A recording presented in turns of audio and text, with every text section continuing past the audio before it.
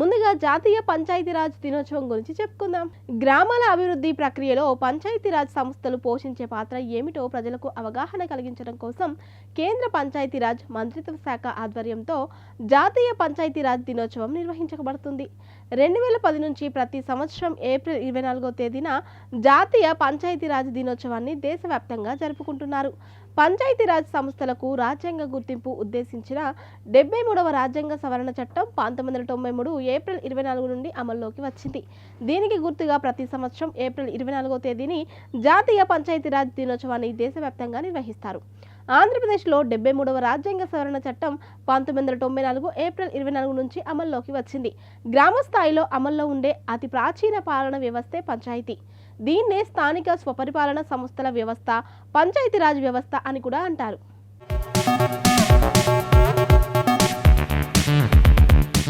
గ్రామరాజ్యం ద్వారా రామరాజ్యం ఏర్పాటు చేయాలని గాంధీజీ కలలు కన్నారు.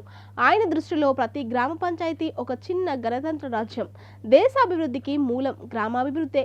అందువల్ల గ్రామ అభ్యుదయానికి గ్రామ పంచాయతీల ఏర్పాటు, వాటికి విస్తృత అధికారాలు ఇవ్వడానికి రాజ్యాంగం ప్రాధాన్యం ఇచ్చింది.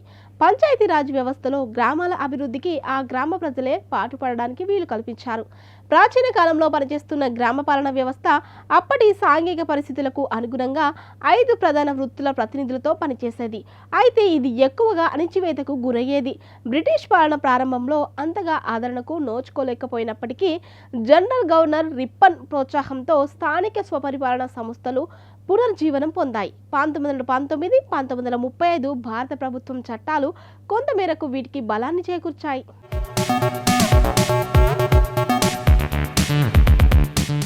భారతదేశంలో మూడంచెల పంచాయతీరాజ్ వ్యవస్థను ప్రారంభించిన తొలి రాష్ట్రం రాజస్థాన్ కాగా ఆంధ్రప్రదేశ్ రెండోది.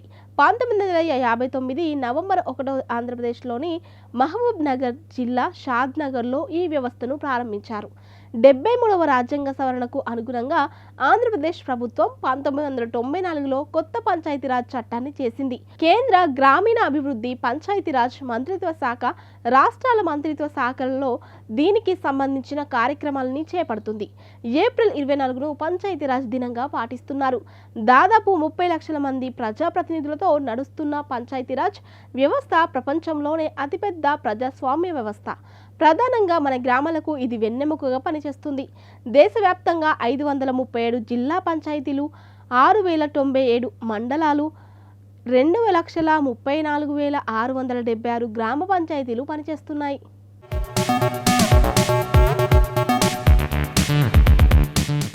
జిల్లా పంచాయతీ స్థాయిలో 11,825 మంది ప్రతినిధులు, మండల పంచాయతీ స్థాయిలో 1,10,070 మంది ప్రతినిధులు, గ్రామ పంచాయతీ స్థాయిలో 20,73,715 మంది ప్రతినిధులు ఓటర్ల ద్వారా ఎన్నికయ్యారు.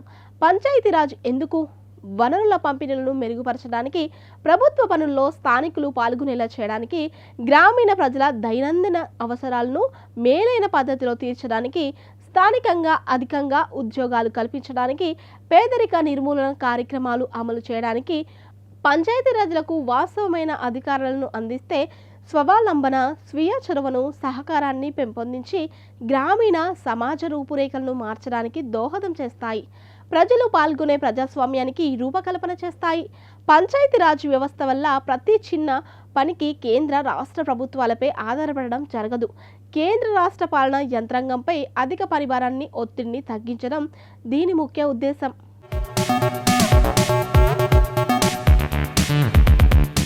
ఆలస్యాన్ని నివారించి ప్రజల సమస్యలపై ప్రభుత్వం త్వరగా స్పందించేలా చేయడం, సేవల పరిమాణాలను పెంచడం, వికేంద్రీకరణ పంచాయతీరాజ్ ముఖ్య ధ్యేయాలు.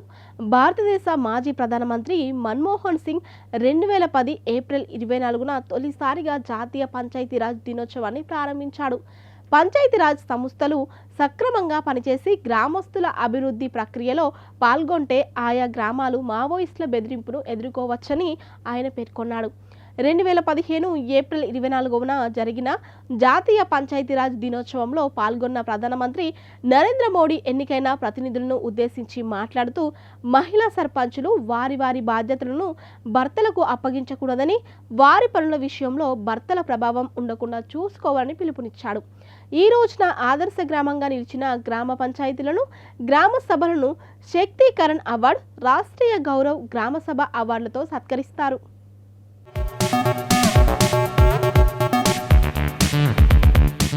ఇప్పటివరకు జాతీయ పంచాయతీరాజ్ దినోత్సవం గురించి మనకు తెలియని కొన్ని ఆసక్తికరమైన నిజాలు తెలుసుకున్నాం కదా. మరి ఏప్రిల్ 24వ తేదీన ఒక్కసారి చరిత్రలోకి వెళ్ళి చూస్తే ఎంతో మంది ప్రముఖుల జననాలు జరిగాయి. మరి ఒక్కసారి చరిత్ర పుటల్లోకి వెళ్ళి నేడు జన్మించిన ప్రముఖులు ఎవరో తెలుసుకుందాం రండి.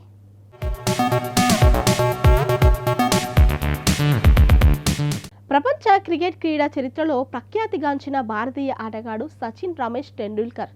క్రికెట్ క్రీడకు భారతదేశంలో అత్యధిక జన ఆదరణకు కారకుడై చిన్నపిల్లలు మొదలు ముసలి వాళ్ళ మనసులను సైతం దోచుకున్న వర్తమాన క్రికెటర్ టెండూల్కర్ ఏప్రిల్ 24, 1973న జన్మించాడు.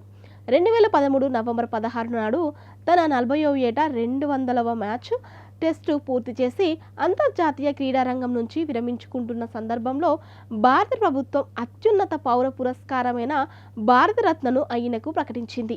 ఈ విధంగా ఈ అవార్డును పొందిన ప్రథమ క్రీడాకారునిగా మరో రికార్డు నెలకొల్పాడు సచిన్ టెండూల్కర్. ఈనాడు భారత్లో ఈ క్రీడకు ఇంత జన ఆదరణ ఉందంటే అదంతా సచిన్, అతని ఆట తీరు కూడా ఒక కారణం. 1990 దశకంలో భారత క్రికెట్లో మెరుపులు మెరిపించి ప్రేక్షకులను ఉర్రూతలొగించిన ఆటగాడు సచిన్. భారత జట్టుకు ఆపద్బాంధవుడిగా ఎన్నో విజయాలను అందజేసిన ఈ ముంబైకి చెందిన బ్యాట్స్మెన్ను పొగడని వారు లేరనే చెప్పవచ్చు.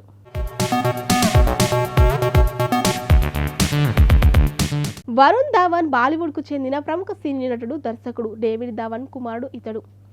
నాటినం ట్రెంట్ విశ్వవిద్యాలయంలో బిజినెస్ మేనేజ్మెంట్ చదువుకున్నారు వరుణ్. 2010లో మై నేమ్ ఇస్ ఖాన్ సినిమాకు కరణ్ జోహర్ దగ్గర సహాయ దర్శకునిగా పనిచేశారు.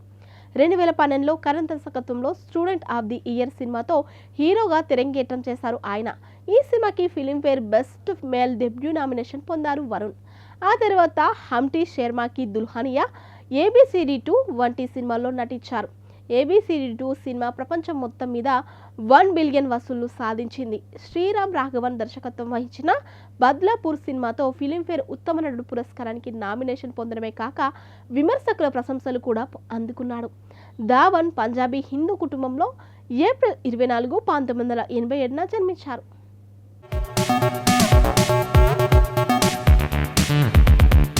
కన్నడ కాంటీరవుడు రాజ్ కుమార్గా పేరొందిన డాక్టర్ సింగనాలూరు పుట్టస్వామయ్య ముత్తురాజు కన్నడ చలనచిత్ర నటుడు, దాదాసాహెబ్ ఫాల్కే అవార్డు గ్రహీత. లక్షలాది అభిమానులు డాక్టర్ రాజ్ లేదా అన్నవ్రు అంటే అన్నగారు అని పిలిచే ఈయన కన్నడ చలనచిత్ర రంగంలో అర్ధ శతాబ్దము పాటు 200 సినిమాల్లో నటించాడు. బంగారాద మనుష్య, కస్తూరి నివాస, గంధద గుడి, జీవన చైత్ర ఈయన నటించిన కొన్ని మరుపురాని సినిమాలు. మొదట శ్రీ పిబి శ్రీనివాస్ పాడిన తర్వాత తన పాటలు తానే పాడుకున్న రాజ్ కుమార్ సంగీత స్పష్ట పేరొందిన గాయకుడు.